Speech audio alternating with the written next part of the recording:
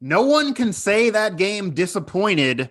At least college basketball fans overall can't say that game disappointed. Mountaineer fans maybe will feel that way, but nonetheless, the game of the day, the game of the week, game of the season in terms of entertaining, to say the least, right now, West Virginia and Baylor, the number 3 Baylor Bears defeating the Mountaineers 94-89 as West Virginia fails to get, which certainly would have been their biggest win of the season in their biggest game of the season, but a valiant effort nonetheless. This here is the WVU Hoops edition of Pittsburgh Postgame on Pittsburgh Sports Live. I'm your host, as always, Mike Asti, and I will be joined by Ryan Decker of WBOY in West Virginia. And the Mountaineers, they had a slow start. They ended up pulling to really close for a while. It felt like they were going to win this game. They had a lead at different points in this game. They did it with McBride, 19 points, not necessarily his best of shooting days. Sherman putting up 26, so really giving you that production from the bench as the leading scorer for WVU. Foul trouble at the end, certainly controversial calls from the referees that always exist. And this game could have meant a lot in terms of seeding. So we'll see now where the Mountaineers are seeded for the NCAA tournament in those projections that are always fun to look at. Ryan, WVU loses this game. They lose this game by 5 points. It felt like a game that they, of course, weren't favored to win. Granted, Baylor coming off of a loss, their first loss of the year, and coming off their COVID break. They weren't playing well, but still one of the better teams in the country, one of the top 2 best teams in the country, really, most of the year. Right. So I don't think it's surprising West Virginia lost the game, but certainly, as we were talking off air before starting things up here, it also does feel to me like a game the Mountaineers maybe let slip away. They could have won this game. They certainly had their opportunity throughout in this game. What are your takeaways? What are your thoughts right now immediately after this loss to Baylor? Well, I definitely agree. It's one of those games where, like you said, WVU wasn't favored to win. I think they were 4.5 point dog wherever you were kind of looking there before the game. They got down by 7-8 points. They led by as many as 7 or 8 points at one point in this game. But it was bad possessions, bad turnovers, bad fouls at the end of each period in this game. You go back to the first half, there were a couple bad plays out of bounds or near the out of bounds line. End of the second half, where WVU had a chance to win, multiple bad passes by each team, ends up not being able to get a shot off as WVU. And then in overtime, just a bad half kind of in general for the Mountaineers, but especially there at the end where you get the ball down by 5 with 18 seconds left, and you don't even get really a solid look at all. I mean, they got a couple shots off, I think 2 shots there in the final 7 seconds or so, but none of them were really good shots. You never really got yourself a clean look at the basket. So, right. During the first, just say 18 minutes of the first and second half, and then the first couple minutes of overtime, you did most of what you could do to get yourself in a chance to win. But like it seems to be in these types of games for West Virginia throughout history, those last couple seconds or those big plays, they never seem to go WVU's way. So again, West Virginia going down 94-89 there in Morgantown. Yeah, and the Mountaineers now 17-7 on the year. Baylor 19-1, and this is a top 10 ranked WVU team. This is a team that started off the year ranked mostly in the top 15 in 2020. They were having a solid 2020. Not many people can say that. The turn of the year was rough for the Mountaineers with the star player leaving the program and a bit of a rough start those first couple weeks of January. But they crawled their way back into that top 10 off of a recent win streak that has been really, really impressive, only including that 1 point loss to Oklahoma in what was a gauntlet of a schedule that many thought would actually ruin the year. But you do point to the end of games, that end of game issue for Culver recently, and then what we see here today, not being able to close the deal. Do you feel like that is an ongoing issue that could be a problem moving forward in terms of closing games, and not only closing games, but slow starts to games? Because, again, this was a winnable game. Baylor at one point was scoreless for what seemed like 10 minutes, not that literally, but they went on a pretty long skid. If the Mountaineers started this game better and had better final 30 seconds of both halves, they probably win this game. Yep, you're exactly right. And it's one of those things where if you think back to the Press Virginia days, which ended, I guess, now 2 years ago, you could say even if WVU had a slow start offensively or had one of those bad kind of dry spells offensively throughout the course of a half, you knew the defense was going to be there to kind of pick up the slack for the offense. That's not the case with this WVU team. And Huggins has been pretty forthright about that, I think, throughout this year, saying this might be the worst defensive team he's had. So, I mean, Yeah. when you kind of put those things together, you have to be good offensively throughout most of the game, which at times WVU was today. But then we talk about, the crunch times. Think about what happened to really WVU's two best players in this game in overtime today. Taz and Miles McBride. You had in a row, Taz missed layup, Taz missed jumper, foul on Deuce, Taz turnover, Deuce another foul, Deuce another turnover, and then that last possession, both of them were involved. That's not calling those guys out. There's obviously three other guys on the court wearing gold jerseys today while those guys are on the court. But when your hottest players, when your biggest players don't step up there in crunch time, it makes winning games like this really, really hard to do.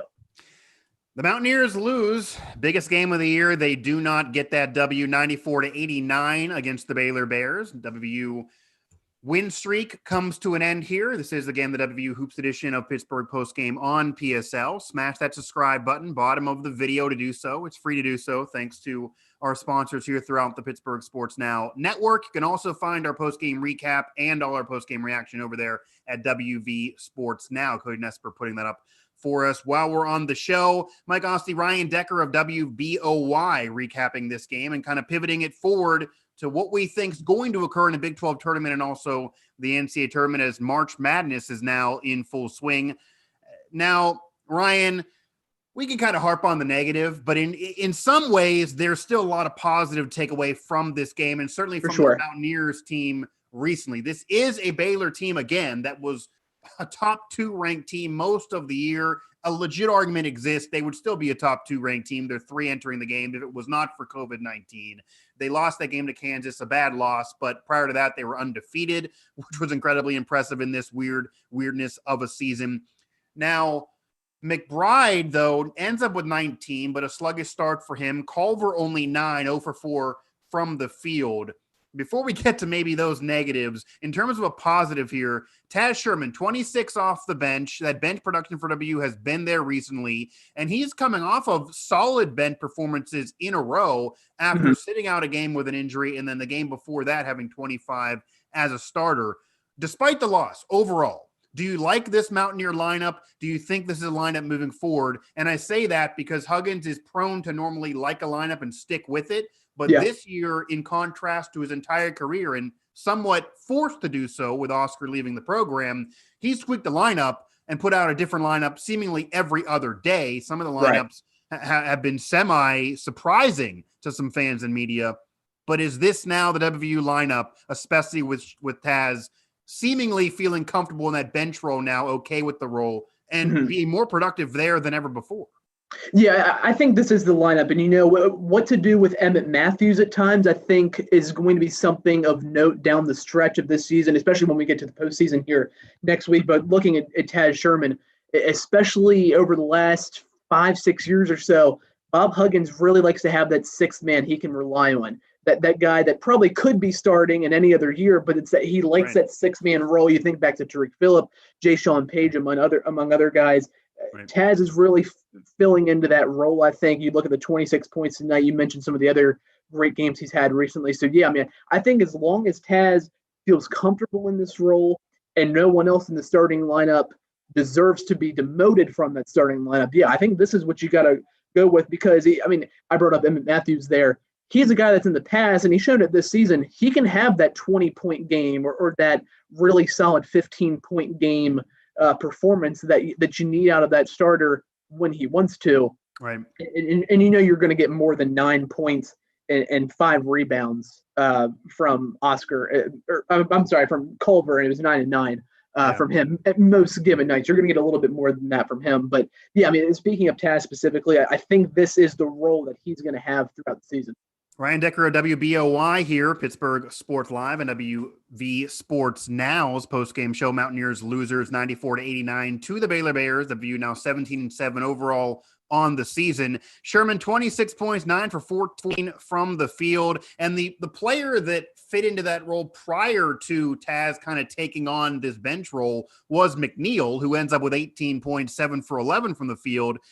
And he was solid in that role as well. But it seems like this is the lineup moving forward that's going to work best for the Mountaineers and has worked recently and even worked to some degree in this game. But now going back to the negative side, unfortunately, and you brought it up a little bit, Culver 9 points, 0 for 4 from the field. McBride finishes with 19, but single digits most of the way through. McBride has not been nearly the player in the second half of the season that he was in the first half when people were saying he needs more national recognition, myself included, maybe Big 12 Player of the Year. That's not the case any longer. It doesn't appear he's even fully healthy, but still is a little productive for this team and can do so much for the team even when he's not scoring. He certainly can be productive otherwise. 4 rebounds in this game, no assists though, like he's normally or 8 assists. I'm sorry, I was looking at the wrong box score there. 4 rebounds, 8 assists. So he gets it done otherwise. But again, 19 points for him. Culver, 9 points overall. Culver's been carrying the load a lot recently, especially with McBride kind of having sluggish offensive starts. Right. But can this team go far overall? Because many now are predicting possibly a Final Four type of year as they're carrying a number 2 seed prediction prior to the game, which we'll get to in a moment. Can this team go far without more offensive production from McBride throughout games? And is it possible, and we saw that with a loss here today, that this team now will only go as far as Culver will take them when McBride was the MVP of this team as recent as early January, late December? Sure. So a simple answer is yes. I think they can go far no matter what Culver or McBride do, as long as one of those two are just a top 2 in scoring any given game. So as long as one of those two are top 2, I think they can. And the reason I say that is because this team feels a little bit different from teams of years past at WVU, especially under Huggins. And the fact that, you look at the box score today, you've got 26 from Sherman, you've got 19 from McBride, and 18 from McNeil.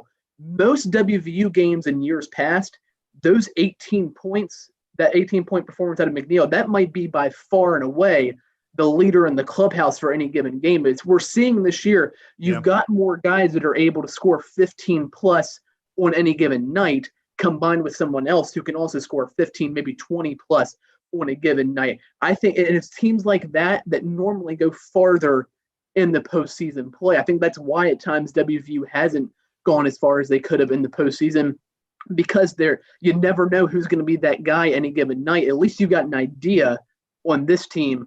There's a couple of guys that even if they had a rough night like McBride did, 5 of 14 shooting, he still got his 19 points one way or another. So, long story short, I think they can go far. Whether or not they will kind of depend on the defense, the other side of the ball there. But, I think long story short, I think they can go far in the postseason based on the fact that they've got guys any given night, they can get that 15-plus points that we normally see opposing players get against WVU. It's a much deeper team offensively, maybe not defensively, but certainly offensively. Sure. Bench production might be a concern in terms of loving Sherman's 26, but no other offense comes from the WVU bench and hasn't been the case for a while. Literally, Johnson with 1 point is all they produced out of that bench scoring outside of Sherman's 26. But McBride does get there, and this has been the recent theme of recent games. He's getting there in points, but the efficiency is not nearly what it was, and we'll see if that's going to be an issue. But this is a deeper team, and you don't figure Culver to duplicate 9 points. 9 rebounds, right? But needing a little bit more from him like they have been getting recently. Right. You don't feel like that's going to be duplicated too often. And if you're looking for positives, though, free throw percentage, 87.5% free throw shooting tonight for WVU. Right. That's what really at times helped keep them in this ball game. And you look, Culver, 9 of 10. McBride, even though he struggled offensively, 7 of 8 from the line. Right. Taz, 7 of 8 as well. Those are areas where as long as you keep that going, the rest can kind of take care of itself based on how WVU likes to play more often than not. You get those free throws, you're pretty much in any game.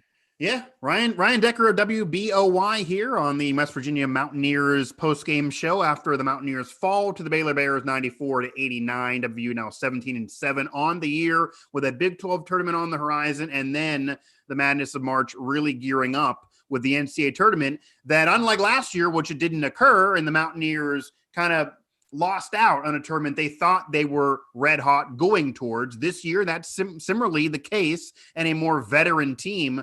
So, Ryan, prior to this game, the Mountaineers were projected to be a 2 seed by Joe Lunardi, who's the national guy that's going to give those projections, and others have had them at 2 or 3. So they basically have been a 2 or 3, mostly going towards the NCAA tournament. Do you feel this loss will bump them off that seed projection? Joey Lunardi actually tweeted prior to the game that if WVU would lose this game, he would probably move them to a 3 and move Houston to a 2. But you're looking at West Virginia dealing with the Big 12, which is the toughest conference in the country this year, and Houston having one ranked opponent the entire season. Say what you want. That doesn't seem to be all completely fair, but is what he's saying. What do you think is going to occur with this seed situation, and where would you see the Mountaineers? It's a loss, but it's still the number 3 team in the country. They've been playing so well. Do they deserve to be bumped off, whether it be ranking or seed-wise, because of this game? I mean, based on this game, no. I think they're exactly where they need to be. The number 6 team in the country, number 5 in the coaches poll. I think that's pretty accurate for where this team and where the rest of the country have been as of late. And then the 2 line, I think they need to stay there. I mean, despite the 7 losses, I think you can say WVU is without a doubt one of the most 6 consistent teams in the country this year. And that's ultimately what the seeding line kind of does. The number 1 overall seed is normally the most consistent team in the country. You can kind of go down from there. So I don't think a loss like this, especially against a team that, even though Baylor is coming off a break, they haven't played exceptionally well since coming back from that COVID break.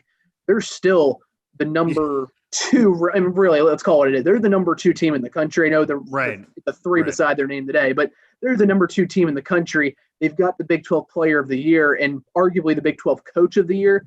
Yeah, I mean, I don't think you can fault WVU for losing this game. How they lost the game, yeah, sure, we can fault it, and we have. But losing the game outright, no, I don't think you can fault that. And you can't punish them for losing it by dropping them down off the seed line. But certainly, as we've kind of alluded to, there's going to be chances over the next week or so for them to bump up that case back again to that 2. Yeah, absolutely. And one of the Mountaineers' 7 overall losses is to Gonzaga, who's the number 1 team in the country all year, and they weren't even supposed to play if it wasn't for Bob Huggins getting on the phone. They have had some rough losses as well mixed in there, which would be the argument against them as the 2 seed and moving them to the 3 seed. But this schedule has absolutely been brutal. And prior to this game, they were 3-1 against those ranked teams in that gauntlet of a stretch. They end up 3-2, including this loss to Baylor. But one of those 2 losses is a 1-point loss to Oklahoma. And then this game against Baylor. I think most Mountaineer fans would have taken that stretch, especially headed into what they're headed into now. For sure. And you bring up that Gonzaga game, unless recent memory has changed this, and I don't think it has, West Virginia still the only team to not lose by double digits to Gonzaga. Yeah, I mean, I know a loss is a loss. 5-point loss, right. A loss is a loss at the end of the day. Gonzaga's still 24-0, but 5 points is a lot better showing than what basically every other team has had against Gonzaga. So, I mean, you add that into the West Virginia's equation, I think you have to keep them on a 2 line, right? Yeah, granted, it's a completely different Mountaineers team that played against Gonzaga, so it'd be interesting to see if they would have played right now. Oscar Shibway, 14 points, 9 rebounds, almost a double-double in that game. He's not going to be walking through the door anymore, so we'll see if they would happen to meet again. But yeah, the Mountaineers losing 87-82 was certainly a great game earlier in the year that many forget about, and a game that was not supposed to be on the schedule, so it's a loss. Shouldn't really be there, but maybe built them up to the team they are now. Again, West Virginia losing to Baylor, but some positive take out of the game. Granted, you're not going to like the way they lost. It does feel like some of these games were kind of punted away by WVU, and this could maybe already be a 20-win team. Maybe that would be a number 1 seed situation, so it kind of gives you that whole Mountaineer fan perspective. Well, it could have been more. I'm sure that's what some Mountaineer fans are saying. But still, this is the number 3 team in the country they faced, and arguably certainly the number 2 team in the country. And you could even argue schedule maybe would have been number 1 if it wasn't for a 2.5-week COVID break and the game they lost to, but still a tougher schedule than what Gonzaga deals with. Ryan Decker of WBOY, Mike Asti here as we're recapping the Mountaineers' 94-89 loss to the Baylor Bears. Now, Ryan, we talked about seeding. We talked about this team and how they're shaking out and how they're playing right now and kind of the driving force, whether that be Culver, McBride, and the best lineup for this team. But what are your expectations moving into the Big 12 tournament, finishing out this year, moving into the Big 12 tournament, and then into March Madness? Some are predicting the Final Four. Certainly that could happen, but you never know. It certainly relies on matchups. It relies on getting hot at the right time. It feels like this team is now, but What are your thoughts in terms of how deep this team can go? What would constitute, this will be an easier way to ask this, what would constitute a disappointing season at this point? Because this is now a Mountaineers team that is arguing for a number 2 seed, a 3 seed at the worst in any projection, including Lenardi's. Certainly one of the better teams in the conference, which is the toughest conference in the country, and currently ranked 6th in the country, which I don't imagine they're going to move too far off of even after this loss to the number 3 Baylor Bears. So what do you think will be a disappointing run for the Mountaineers? Do they need to get to at least the Sweet 16? Is it actually now they need to do more than that based on this season and where they are landscape-wise in the country? I think Sweet 16 is a pretty good benchmark there. I think if you get to the Sweet 16, obviously by that point, even if you're the 2 seed, you're running into a pretty good 7 seed or that Cinderella that's on a run. I think at that point, the Sweet 16 has to be the minimum of what you're looking at for this team. I mean, moving forward, I think kind of looking at the schedule, there's 2 games left for WVU in the regular season. Right. That season finale against Oklahoma State might be a pretty good indication of where the next 2 or 3 weeks is going to go. If they can take care of business against an Oklahoma State team that, for all intents and purposes, they're playing for pride since they're not eligible for the NCAA tournament. Right, a talented team though, a top 25 a very talented team, a ranked team, but they're playing for pride at this point. If you take care of business there and then have a decent showing in the Big 12 tournament there in Kansas City, I think then you look Sweet 16, Elite 8, maybe further depending on really how this team is rolling. But there's a couple teams in the Big 12. You look at Kansas and Texas Tech. They're going to be playing for seed lines, I think, a little bit more than a Baylor and a WVU is. So you can look at tonight's game and say, man, we might have just seen a preview of the Big 12 Conference Tournament Championship game. But we've seen in years past when those teams that they're playing to increase their seed line, really increase it, like a Texas Tech or a Kansas or even Texas or Oklahoma might be. If they get hot, then I think that's where WVU might run into some trouble. They're in the Big 12 tournament. But NCAA tournament-wise, which I guess is the question at hand, Sweet 16's got to be the benchmark. I think you have to get past that to call the season a success, even though a success is really just getting on the court at all, considering what the last year has been like for everybody. Well, for sure. And even having an NCAA tournament is really a win for all of us. And having games like this at this point matter is a win for all of us, because at this point a year ago, the decisions were already being levied that there's not going to be March Madness. The rest of these games won't matter. Then teams saying, well, why are we even playing them? So we're winning in comparison to last year, to say the least. Yeah. But now the expectations are there on this Mountaineers team. And it's why I argue that Bob Huggins may have done his best coaching job this year, because he's dealt with NBA draft picks. He's dealt with the Final Four teams. He's had tons of success approaching 900 wins in the Hall of Fame. But he's really eventually. I'm going to almost give it to him, but he's not officially in yet. Yeah, eventually. Yeah, whenever that happens, Bob Huggins will be there, and then I'll actually officially be able to say Hall of Famer Bob Huggins. Yeah. But nonetheless, approaching 900 wins. But an illustrious career, to say the least. He's going to have done it all except for win that national title. But this year, he's had to tweak the lineup more than ever before. He's had to really change who is the driving force of this team more than ever before. The expectations were there. They left. Now they're there again. It's just – and dealing with COVID-19, of course, and dealing with the pandemic in the scheduling, the travel, everything involved with this year, to me, is maybe his most impressive coaching job, which is just crazy to say. Now, the Mountaineers lose this game. They have those couple coming up.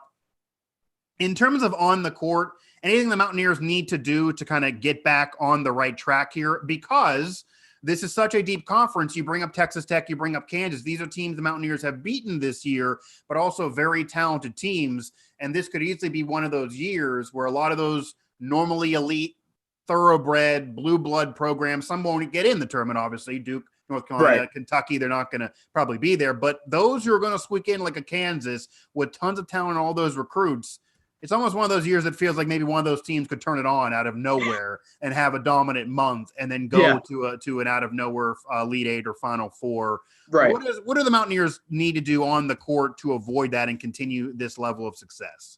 I think the biggest thing is situational practice, for lack of a better term there. You got to work on the situations of now coming out of timeouts. West Virginia was, I think, leading the nation in points out of a timeout at one point this season. I think that was about a month and a half ago. I'm not sure if they're still on top there in that stat. And I feel like that's a coaching stat too. Yeah, that is for sure. But then when we talked about this earlier, those late game, late half situations, You just got to tighten that up. Too many turnovers here today, and we've seen that throughout the course of this season where late game, late half situations, there's high pressure moments. Sometimes West Virginia hasn't been able to take advantage of that. One thing I'm just kind of wondering now, and I'll bounce this off you, I guess. West Virginia every year has that Texas swing where they'll and they were supposed to have that this year, but the storm and COVID kind of got in the way. Right. I wonder if, based on the way the conference tournaments and the NCAA tournament is formatted this year, where now once WVU arrives in Kansas City, they're there until basically they leave for Indianapolis or the Indiana area to go to the NCAA tournament. I wonder if the knowledge of being away from home for a week, a lot of teams don't have to deal with that because of the way their conferences are situated. I wonder if that's an advantage a little bit for West Virginia. I mean, WVU teams, they always have to take that extra route because of the geography of the Big 12. Right. A lot of fans complain about that. Maybe at the end of the day, do you think that could help WVU at all? I think it could absolutely be a blessing in disguise. And I also think that the couple weeks off they had because of COVID and getting this Baylor game dashed at that point and not making up that second one may also have been a blessing in disguise. They didn't end up winning this game, but they probably weren't going to win it when it was originally scheduled to be played anyway. And it got them off the national conversation of Oscar leaving the program. It's not good when West Virginia is discussed nationally. It's rare, and that was the case at that point. And while they need to improve on the court, it certainly picked up the game for Culver. McBride has not been able to pick it up, but he does end up with the overall point production. The team seemed like they weren't fully healthy and weren't fully going at that point. So I think that was a blessing in disguise too. That could be as well. And another thing for the Mountaineers that could be different than every other year. And this is a difference normally of a 2 or a 3 seed. And certainly it could depend on matchups. But there's an argument the 2 or 3 seed isn't as big of a deal this year, or what region you're in isn't as big of a deal this year as in past years. Mountaineer fans always complain that when they have a great seeding, they're somehow out west because they're West Virginia. Of course, they got to play in California. Sure. Well, it's all at the same city. It's all in Indiana. No one's going anywhere. Yeah. It might depend on what arena you're playing in, but it's just an Uber ride away or in the bus. It doesn't matter in terms of travel. So that might be an advantage that they finally, for the first time all year, will have 2 straight weeks, worst case, unless they go further, of not moving and knowing where they're going to play in 1 week, one location, and the other week in Indianapolis. So that's a big deal. I think that could absolutely be a big deal for this Mountaineer team. Ryan, I definitely appreciate the time for sure. The Mountaineers don't pick up this W. However, they impress in some ways, but of course, the Mountaineers definitely can probably leave this game feeling like this is one they let get away. I'm sure Huggins is letting this team know that, you played well at times. This is the number 3 team in the country, but this could have been a win, and these are reasons why it was not a win. The Mountaineers do fall to the Baylor Bears 94-89, now 17-7 on the year, and they have those couple games left in the regular season, including one to 17th ranked Oklahoma State, then the conference tournament, and then beyond. Ryan, I appreciate the time. We'll maybe have you back on here before this thing closes out, since there's clearly games left to go. There's tournaments left to be played and expectations there for this team. And I'm sure that WBOY will appreciate that you're showing off all the awards that the station won in the background there behind you. Yes. As your backdrop here for the postgame show. So I'm sure that's appreciated, but I definitely appreciate the time, man. Definitely appreciate it, Mike. Always a pleasure to be on with you. Absolutely. So again, Ryan Decker of WBOY, a reporter there at WBOY TV, showing off those awards. Definitely an illustrious, acclaimed TV station there, of course, in the great state of West Virginia. And the Mountaineers, and that's covering near that Clarksburg area near Morgantown, but the Mountaineers lose this one 94-89, now 17-7 on the year. I can't imagine this team moving much off the 6th rank, maybe 7 at the worst. It's not like this team is going to budge off their ranking, and I vehemently think the switching off of the 2 to the 3 seed would be ridiculous. I don't think that would be fair. I don't think it's as big of a deal as past years. But I do think I'll even add more pushback than Ryan wanted to provide. Joe Lenardi, he's been doing this for years. He certainly studies this more than the rest of us. But still, to release that prior to the game seemed odd, that if they would lose, they would move off the seed. Just seemed weird. And then I don't think they should really move off the seed even after losing this game. Yes, maybe they should have won. No, they didn't win. But still, again, one of the best teams in the country all year in the Baylor Bears, even if they're coming off of a loss and even if they're coming off of playing the worst basketball of the season, it's still a very, very talented Baylor team that had multiple players with 20-plus scoring. Butler there with 22, and then a couple others flirting at 14 or more. So a very, very deep Baylor team as well, scoring over 90 points. You can pretty much beat anybody, and that's a Mountaineer defense that's not the best and probably will be their Achilles heel if they don't have a deep run in the tournament or whichever tournament and end up disappointing there.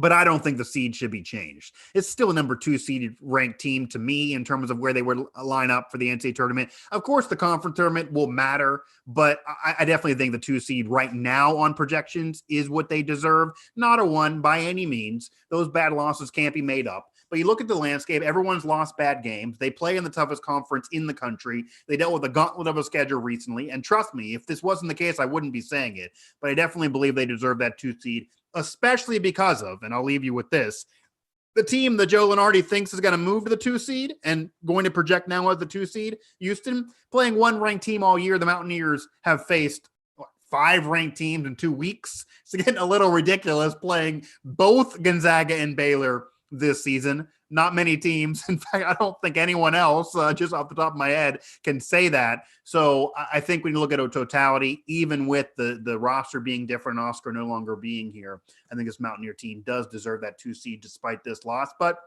an interesting game, an entertaining game. It lived up to the hype for sure, with Baylor and West Virginia possibly playing the game of the year in all of college basketball here at a weirdness of a 5 p.m. time slot on a Tuesday.